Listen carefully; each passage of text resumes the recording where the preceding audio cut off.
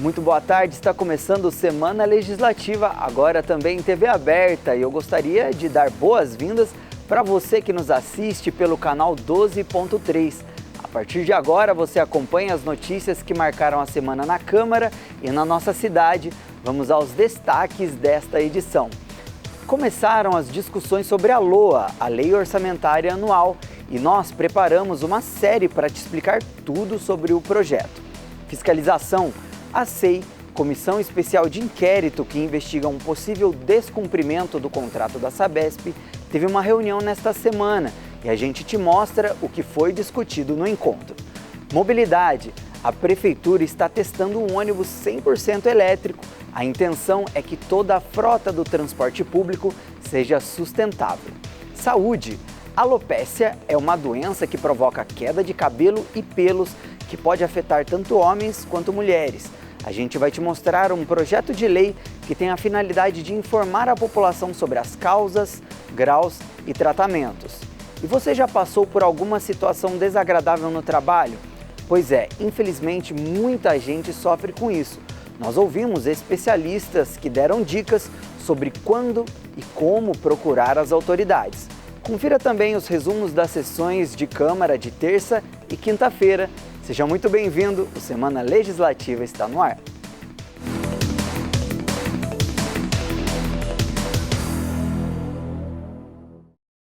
E vamos começar falando sobre a sessão de ontem. Confira quais foram os projetos votados e assuntos discutidos pelos vereadores na sessão desta quinta-feira.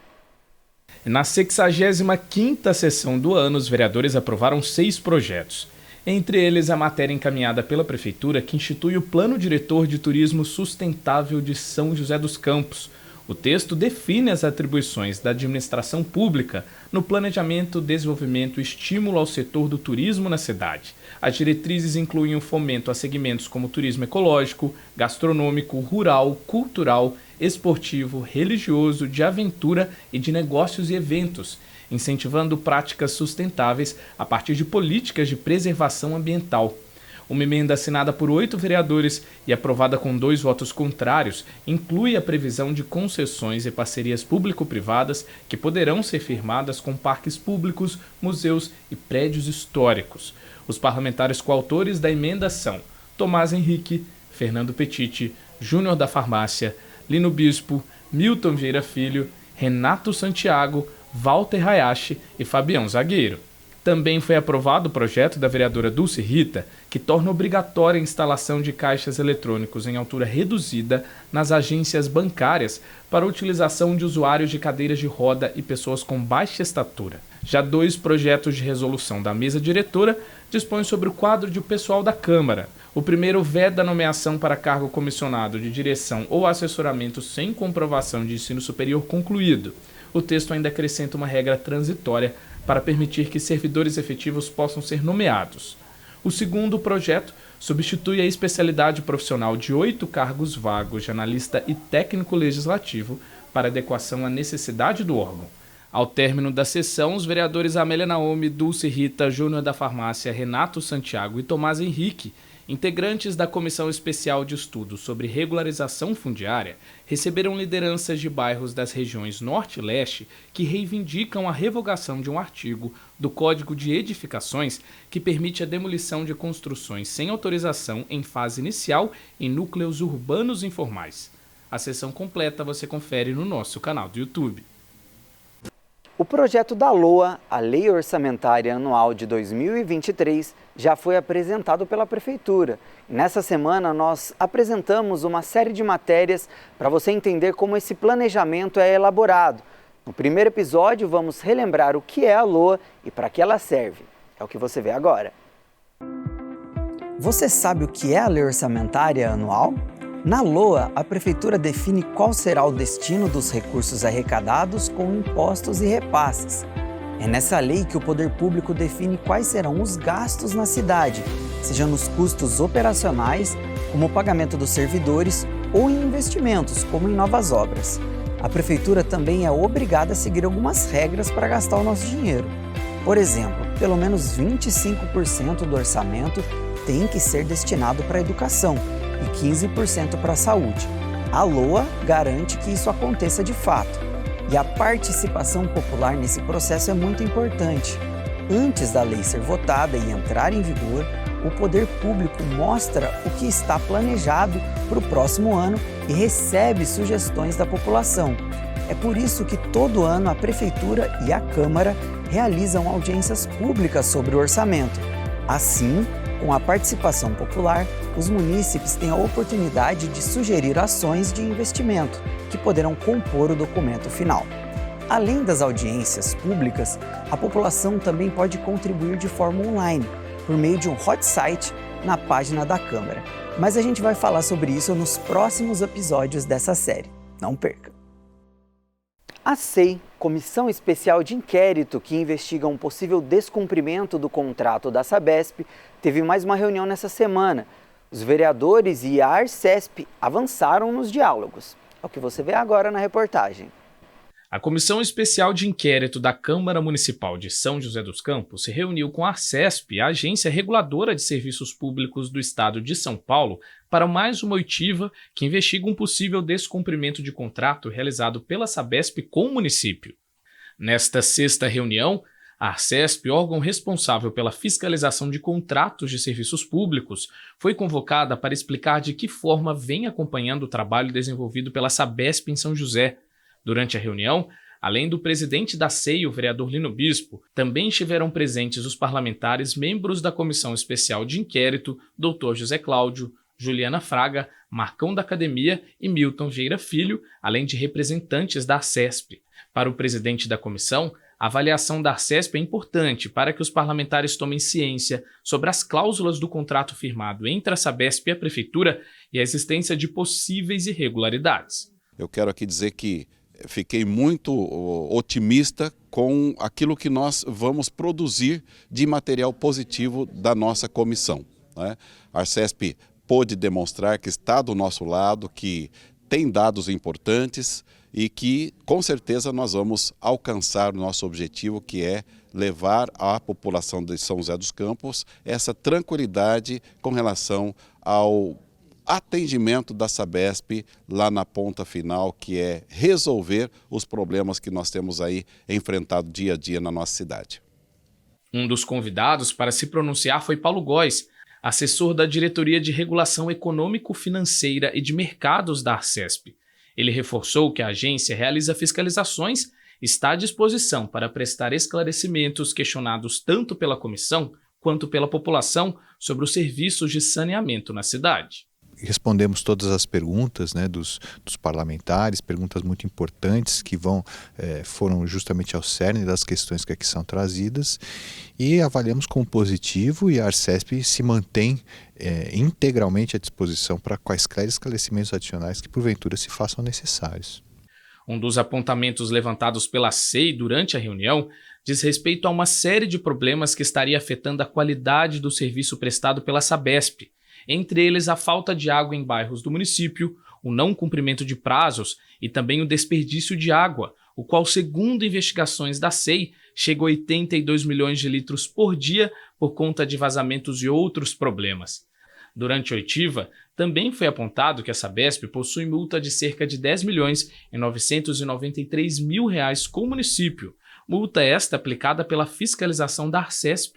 No entanto, por questões contratuais entre a Sabesp e o município, a multa foi reduzida para 109 mil reais, valor que até o momento foi pago pela metade. Um dos fatores principais que nós temos é a falta de água, né? Esse é gritante, e que a gente pôde perceber hoje que a Arcesp já foi multada algumas vezes, ou melhor, a Sabesp já foi multada algumas vezes, mais de 10 milhões de multa. Tá certo? E percebemos que tem uma situação no contrato que tem às vezes favorecido a Sabesp e ela não pagou essa totalidade. Mas o importante é o seguinte, é que nós tivemos hoje relatórios, que nós tivemos hoje informações importantes para a gente chegar no ponto principal. A Sabesp cumprir o que está no contrato, que é atender o município de São José com qualidade. E isso com certeza nós vamos chegar nesse ponto.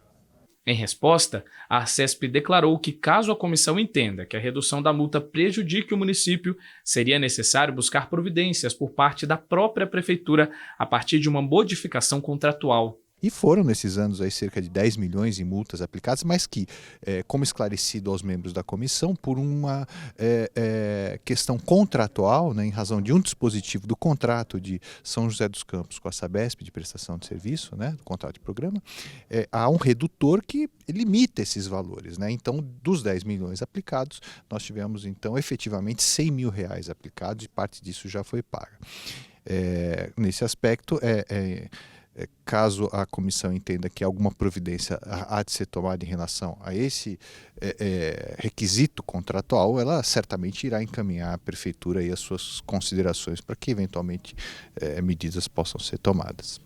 A próxima reunião da SEI está agendada para o dia 1º de novembro às 10 horas da manhã na Câmara Municipal de São José dos Campos. São José dos Campos entrou para a Associação Internacional das Cidades Educadoras. Quase 500 cidades de 34 países diferentes fazem parte da instituição. E a maioria da Europa, viu? Além de cidade tecnológica, agora São José também recebe o título de cidade educadora. Se a educação sozinha não transforma a sociedade, sem ela tampouco a sociedade muda, escreveu Paulo Freire em uma de suas cartas pedagógicas. Pensando nesta frase do educador brasileiro, fica mais fácil de entender o conceito de cidade educadora, uma cidade que se desenvolve integrando a educação a toda a sua estrutura econômica, política, cultural e social. Conceito este que foi documentado pela Associação Internacional das Cidades Educadoras, uma instituição sem fins lucrativos que reúne diferentes municípios em busca de cumprir os princípios escritos na Carta das Cidades Educadoras, e que basicamente são princípios que reforçam que o desenvolvimento de um local está totalmente atrelado à educação. Bom, a cidade educadora, ela é uma cidade onde todas as pessoas se envolvem nesse processo formativo. É uma educação que extrapola os muros da educação formal, da escola, como a gente conhece, né? Então, toda a cidade, todos os munícipes, todos os espaços sociais comportam-se como espaços formativos. Até o início de 2020, a Associação Internacional das Cidades Educadoras já contava com mais de 500 cidades membros, advindas de diferentes países ao redor do mundo. E um novo projeto de lei do vereador Zé Luiz, aprovado por unanimidade na Câmara Municipal de São José dos Campos, tem como objetivo justamente que São José faça adesão à Carta das Cidades Educadoras e que se torne uma cidade membro da associação. São José entra na vitrine mundial como uma cidade que investe muito em educação. Por outro lado, você pode atrair também projetos aqui para a própria cidade e, mais do que isso, São José pode aprender também com outras cidades que têm uma educação já mais avançada e trazer para o nosso povo. Então, é muito importante essa participação com todas as cidades aí no mundo que trabalham a educação de uma maneira bem eficiente. Uma cidade educadora traz a ideia de educação além escola, ou seja, que o conhecimento e o aprendizado não se privem aos muros das instituições de ensino, mas que possibilite que todo município seja uma grande escola a céu aberto, fazendo com que diferentes espaços públicos e privados sejam ambientes para a promoção de educação e também criando espaço para que a comunidade se envolva, de forma que a educação sempre alcance a todos, independente da idade ou do nível de formação.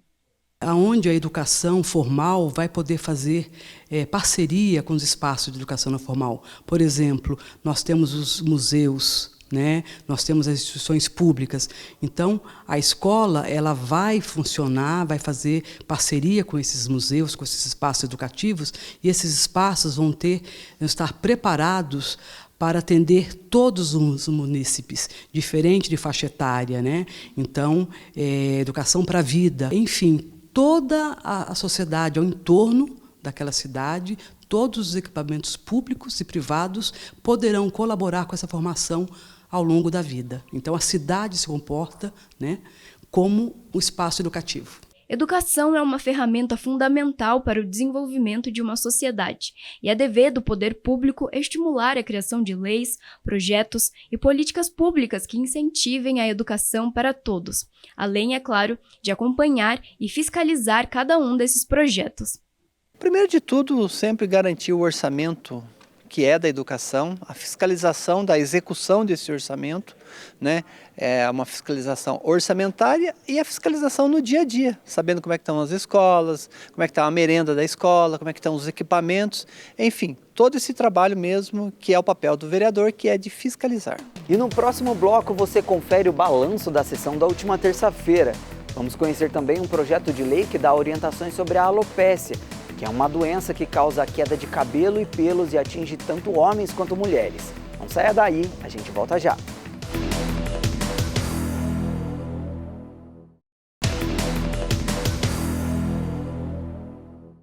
Semana Legislativa está de volta e agora vamos ao resumo da 64ª sessão que aconteceu nesta terça-feira.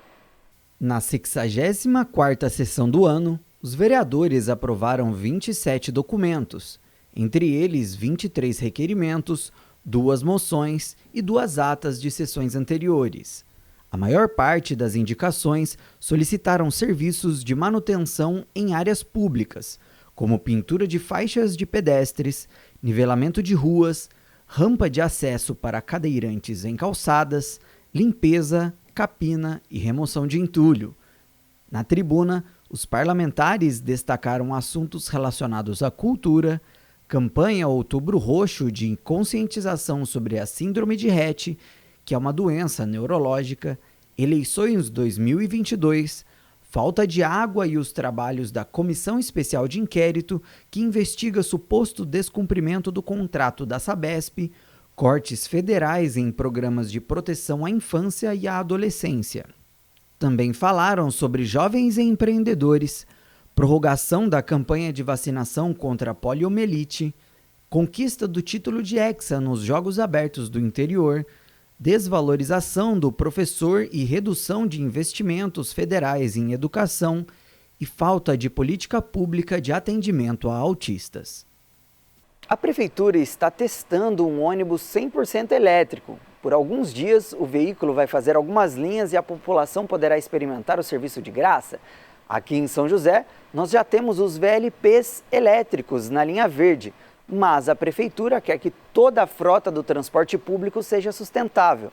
A repórter Tamires Vick acompanhou a apresentação desse novo veículo. É o que você vê agora.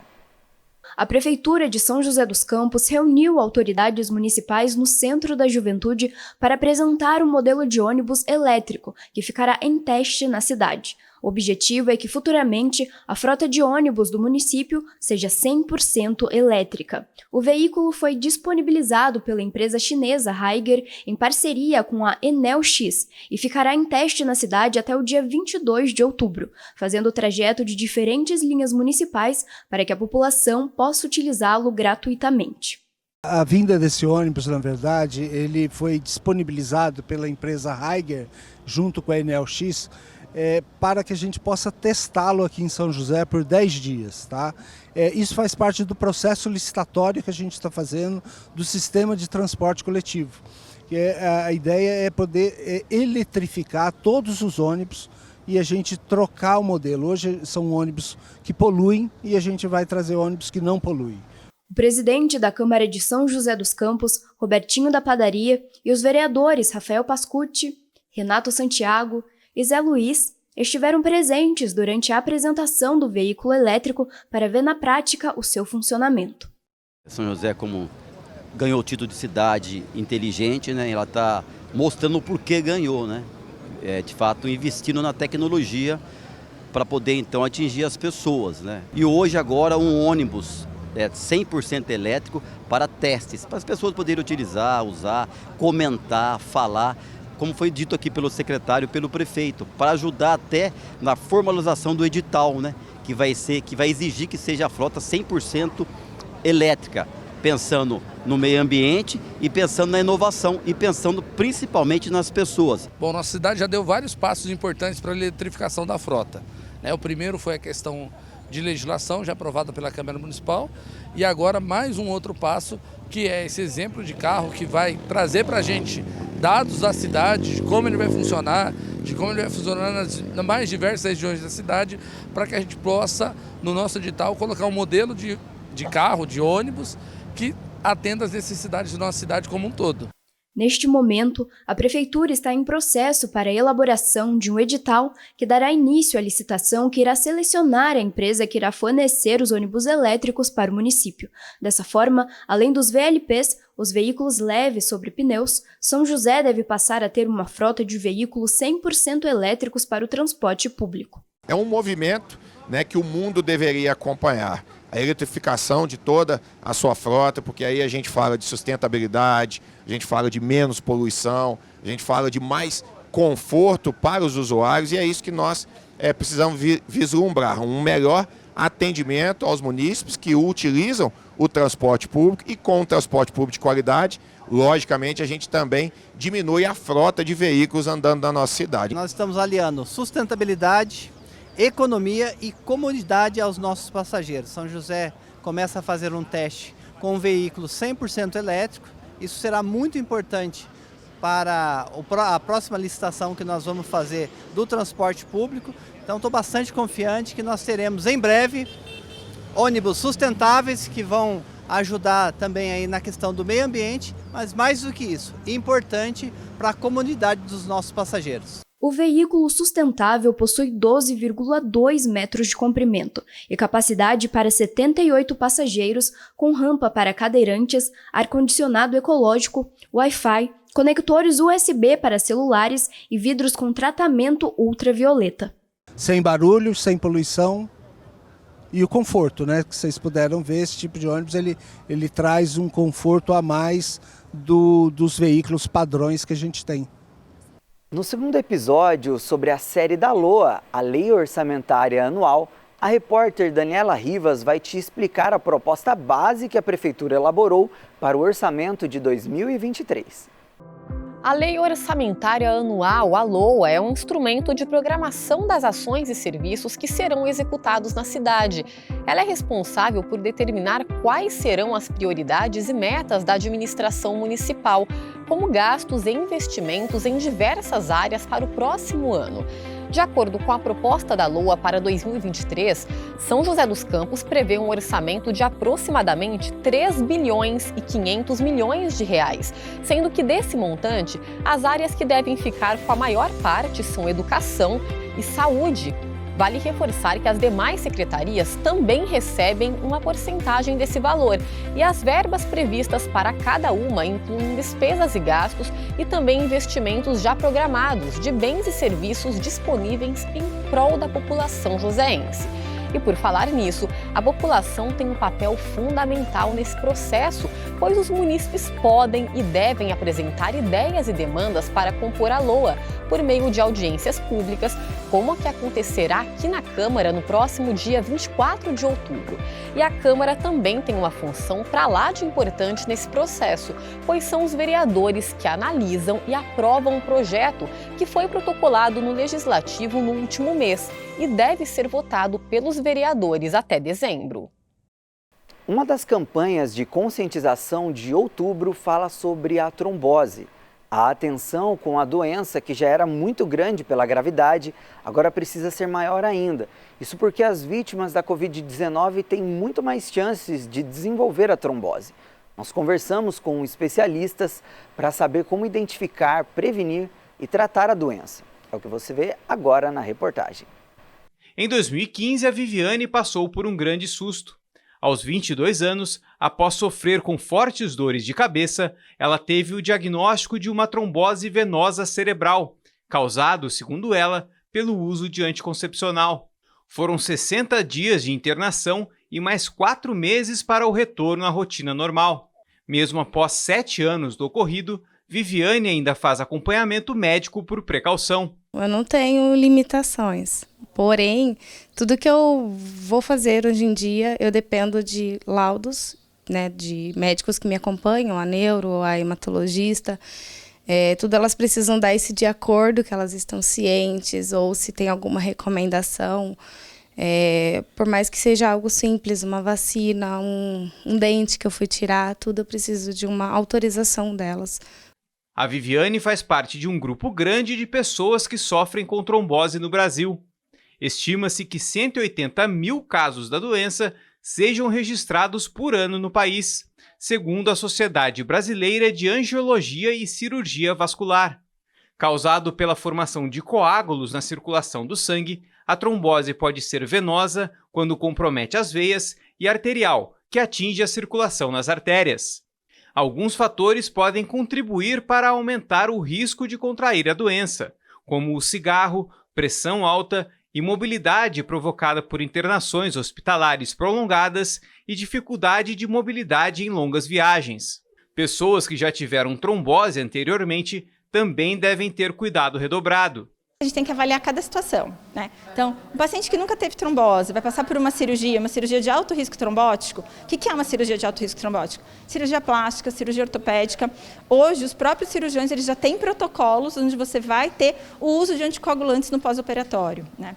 Uma paciente que teve uma trombose espontânea, que a gente não consegue saber o motivo dessa trombose, e que vai ser submetida a uma outra situação de risco de trombose, por exemplo, ela engravidou, ela vai fazer voos acima de 3 horas, ela vai querer fazer uma cirurgia, esse grupo de pacientes a gente vai avaliar cuidadosamente e vai ver se vai ter indicação de usar alguma medicação para prevenir essa trombose. E o fator novo que fez aumentar o número de casos da doença no país foi a Covid-19. A trombose venosa e o tromboembolismo pulmonar são mais frequentes como sequelas em pessoas que tiveram o contato com o vírus. E ao contrário do que muitos pregaram durante a pandemia, o risco de desenvolver uma trombose com a vacina contra a Covid-19 é mínimo. Quando uma pessoa toma uma vacina, uma dessas duas vacinas, o risco trombótico dela é de 0,0004%. Tá? Uma pessoa que fuma tem um risco trombótico de 0,18%. Então não dá para comparar. Existe um risco trombótico? Existe. Só que mesmo tendo esse risco ínfimo trombótico, a pessoa tem que se vacinar. Porque se ela pegar Covid, o risco da vacina, que é de 0,34%, passa a 16%. Então não há a menor justificativa de você não vacinar um paciente contra o Covid pelo medo de você ter uma trombose. Eu tenho muito mais medo de ter o Covid e ter uma trombose do que tomar a vacina. Deixa de ser lógico isso, entendeu? E, infelizmente, foi feita uma campanha tão grande contra a vacina que muitas pessoas não tomaram a vacina por medo de ter trombose. Devido à gravidade da doença, foi criado o Dia Mundial de Conscientização sobre a Trombose, celebrado todos os anos no dia 13 de outubro. Em São José, um projeto de lei de autoria dos vereadores Dr. José Cláudio, Júnior da Farmácia, Milton Vieira Filho e Zé Luiz, pretende criar o programa Trombose Zero, que prevê ações educativas junto à população, principalmente mulheres. Foi aprovado nas comissões, acredito que vai ser aprovado pelos vereadores, para a Prefeitura criar uma política de saúde, de conscientização sobre o risco da trombose e de como evitar essa trombose, e para os médicos também, de repente, a gente tem um treinamento para tratar adequadamente a trombose. Para a vereadora Dulce Rita, relatora da Comissão de Saúde da Câmara, as datas comemorativas ajudam na conscientização, mas também é preciso que o poder público construa medidas eficientes pautadas na prevenção e tratamento. O papel da Câmara é pegar essas pautas, e pautas maiores, inclusive de outras coisas que a gente tem que ter não simplesmente nas pautas de calendários oficiais. Pegar as pautas também é uma sugestão que estou dando, de pegar as pautas dos grandes gargalos da saúde, que precisam ser resolvidas, não esperar os calendários oficiais que já existe. Isso eu acho que está fazendo muito bem seu papel, mas pode ser mais abrangente. Ações que podem salvar vidas, como foi o caso da Viviane. Hoje, mãe de uma menina de 4 anos, ela incentiva e oferece palavras de apoio a pessoas que sofrem com trombose. Não desista, é difícil, né? A gente passa por isso, mas logo acaba e a gente leva uma vida normal.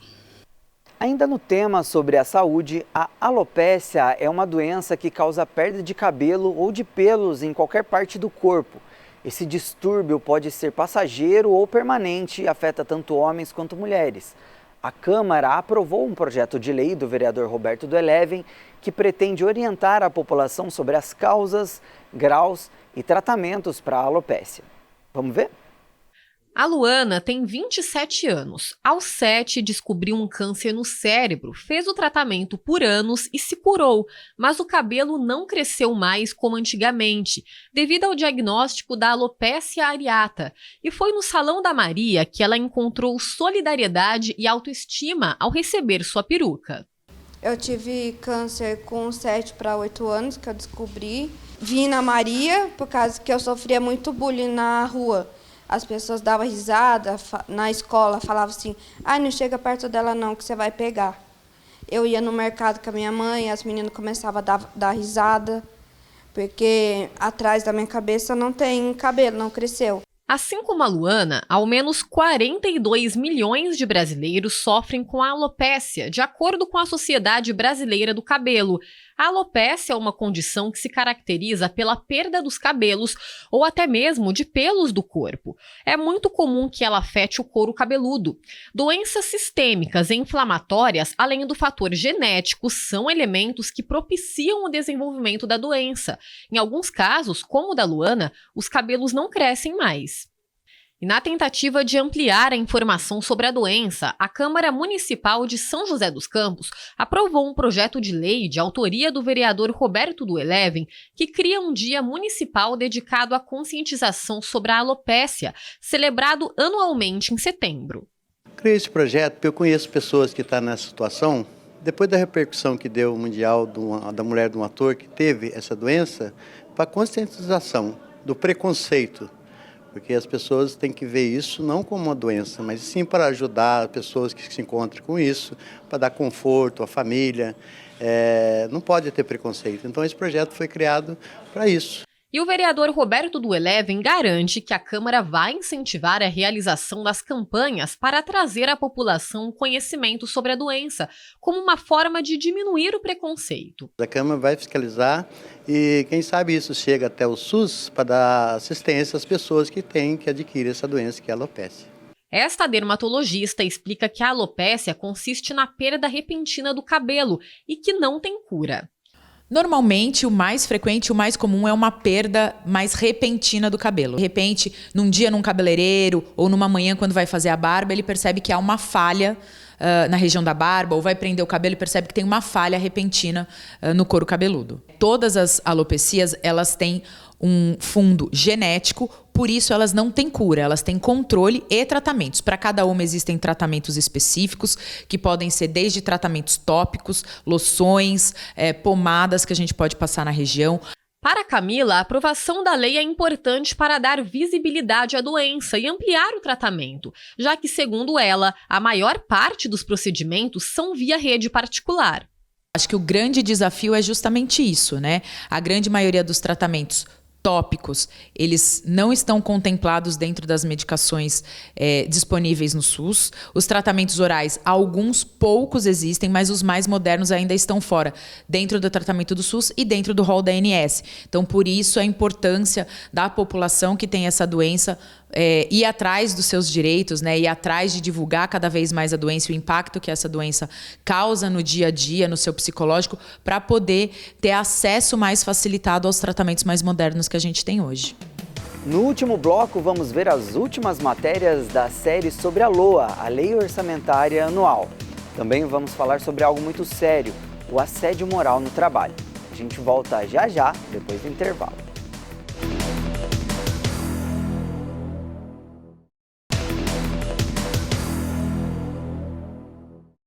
O Semana Legislativa está de volta e São José fez bonito nos Jogos Abertos do Interior. Depois de conquistar o 9º título de campeão nos Jogos Regionais, a delegação joseense teve uma campanha brilhante e conquistou o hexacampeonato dos Abertos. Isso é resultado do incentivo ao esporte joseense e, é claro, do esforço e talento dos nossos atletas. A Lívia tem 18 aninhos e está colecionando experiências inesquecíveis. Ela foi campeã com a equipe sub-20 do basquete de São José nos Jogos Abertos do Interior, em São Sebastião, e contou pra gente sobre os desafios. É uma experiência muito boa, a gente foi focado para conquistar o título e conseguimos conquistar o título. E estamos treinando agora para participar do campeonato brasileiro que a gente vai disputar, que vai ser em Recife. E aí os Jogos Abertos serviu como um treinamento também para a gente preparar a equipe para a gente poder ir para o Brasileiro. Com a ajuda das meninas do basquete do time da Lívia, São José dos Campos foi mais uma vez campeão dos Jogos Abertos, sendo tetracampeão consecutivo, 2017, 2018, 2019 e agora em 2022, com 64 pontos à frente do segundo colocado na competição, que foi a equipe do Santos. Se somarmos todas as edições dos Jogos, São José é hexacampeão. E para a coordenadora de modalidade do basquete, a Ana Diniz, por ser a atual campeã, a equipe do São José entrou na competição com uma responsabilidade saudável e com foco total. O tetracampeonato de São José nos Jogos Abertos vem de forma consecutiva, né? E assim, é uma responsabilidade muito grande, mas é aquela responsabilidade saudável. A gente se preparou muito para esse campeonato.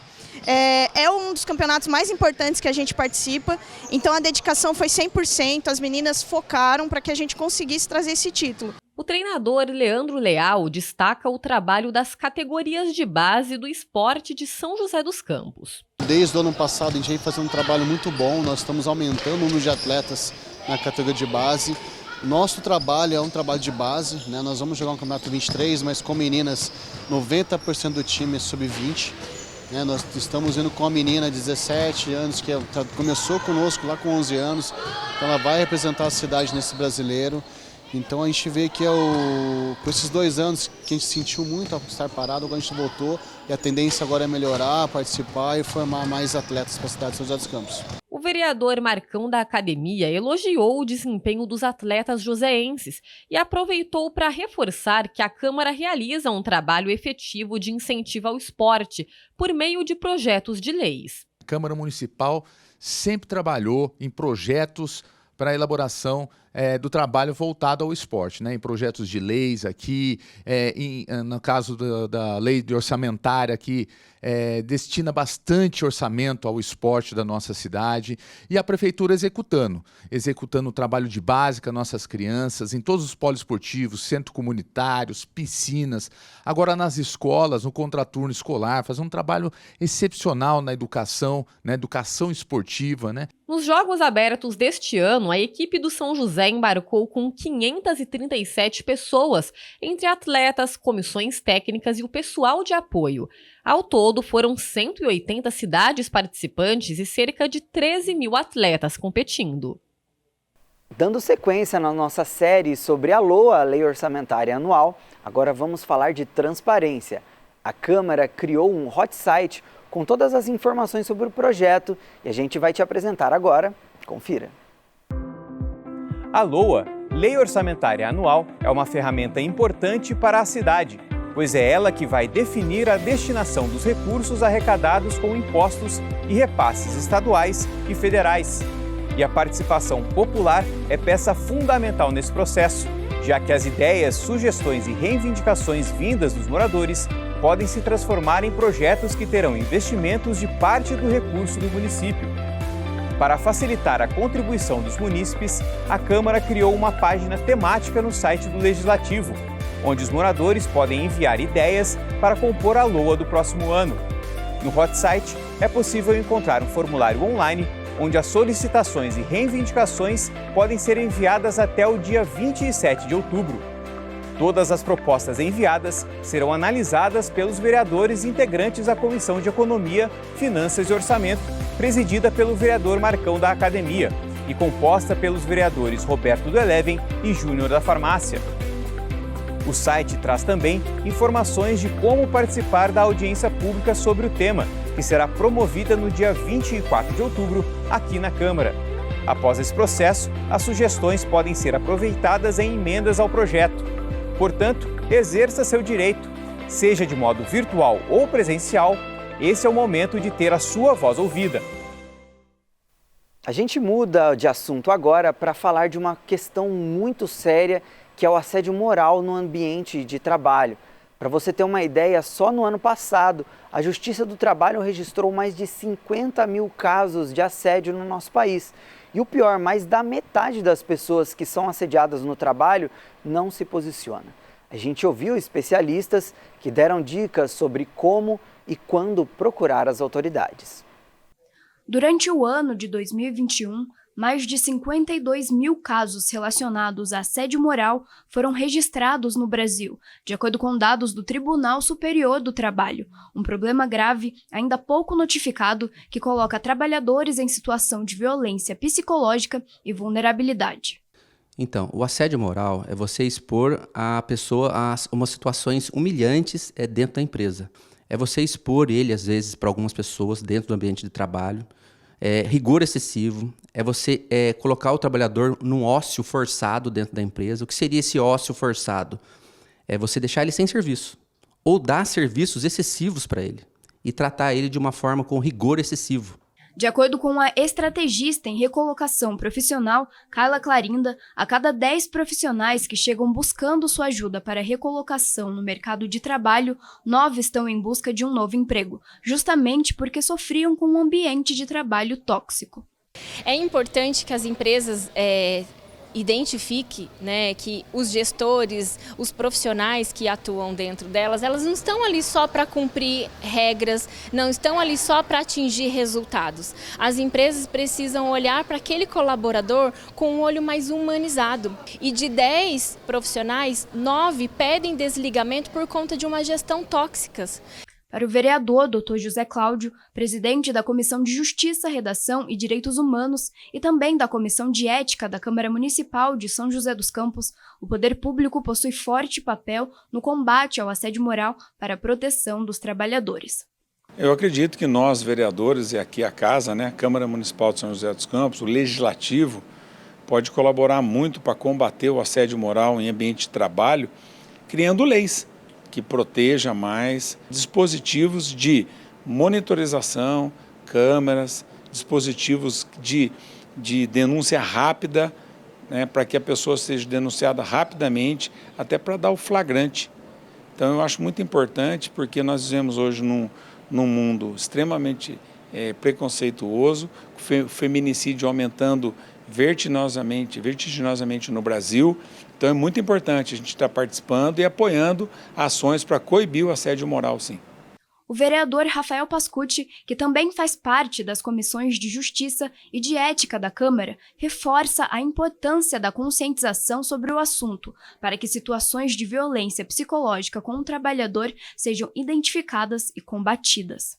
A gente precisa, primeiro, saber identificar, né? A gente tem muitos problemas no Brasil, que às vezes a pessoa sofre um assédio, ela acha que é uma brincadeira, mas aquilo deixa ela produzindo menos, com problemas em casa, pensando naquele tipo de assédio que ela está sofrendo, achando que é algo normal, e não. A gente precisa cada vez mais divulgar para as pessoas saberem os caminhos para procurar os seus direitos, para que isso não ocorra, principalmente no setor público, que é um setor ainda mais propício para isso, tendo em vista que as pessoas têm uma certa estabilidade e algumas pessoas, isso não é regra, é exceção, mas algumas pessoas abusam dessa autoridade e dessa estabilidade que tem no setor público.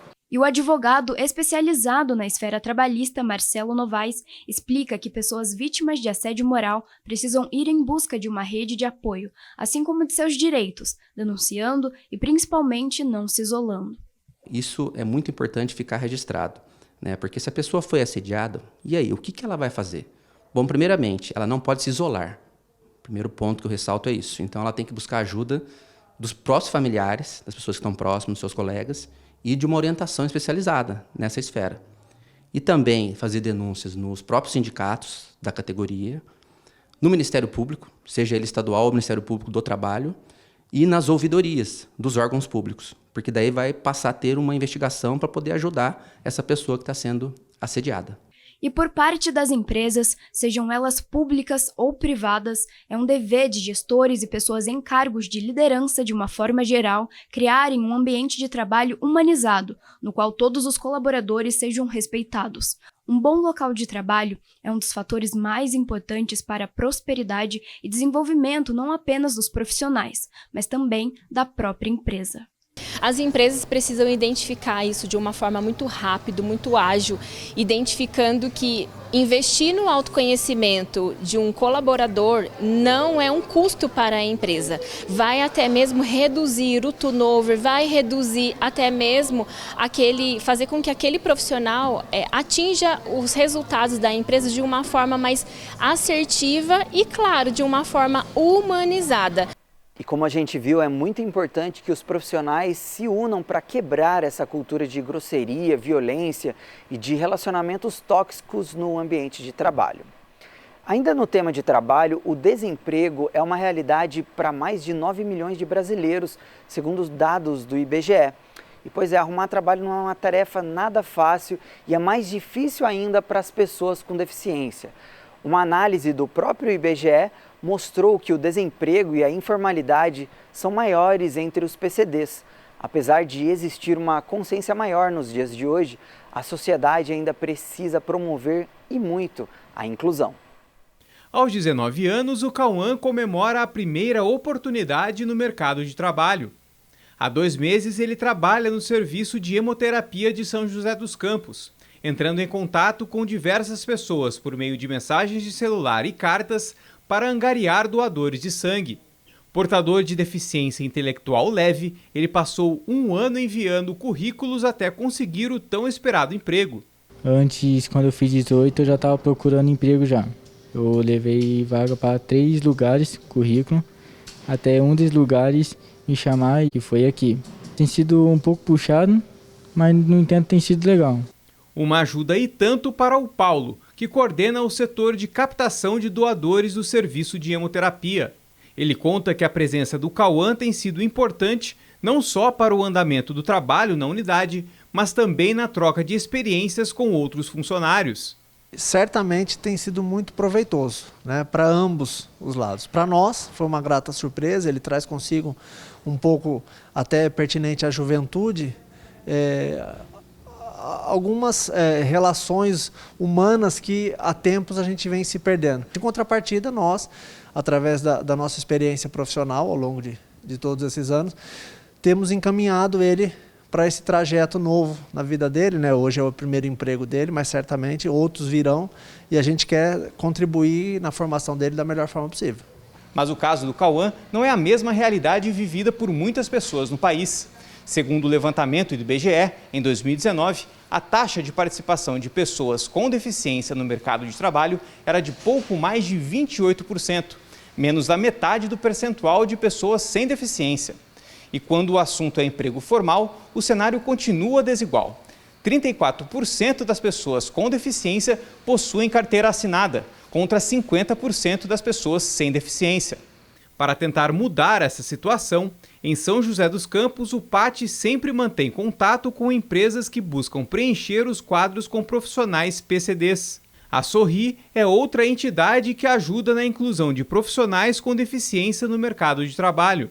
A instituição é parceira da Secretaria de Apoio Social ao Cidadão e atualmente atende 165 pessoas, com ações que possibilitam a recolocação no mercado de trabalho. Uma preparação que envolve também as famílias desses profissionais. A gente trabalha com a pessoa com deficiência e com a família, né? Porque quando a família chega para a gente, ela sabe que remédio ela toma, o que aconteceu, qual foi a causa da deficiência, mas assim, quem é seu filho? O que ele gosta de fazer? O que ele pensa no mundo do trabalho? Como a gente faz com qualquer adolescente que está nessa fase, né? Ah, não sei, então vamos descobrir junto. Então, primeira coisa, saber do que você gosta e procurar o trabalho formal. E para os empresários que pretendem contratar esses profissionais, a Elaine explica que o tipo de deficiência não pode ser determinante para a contratação desse trabalhador.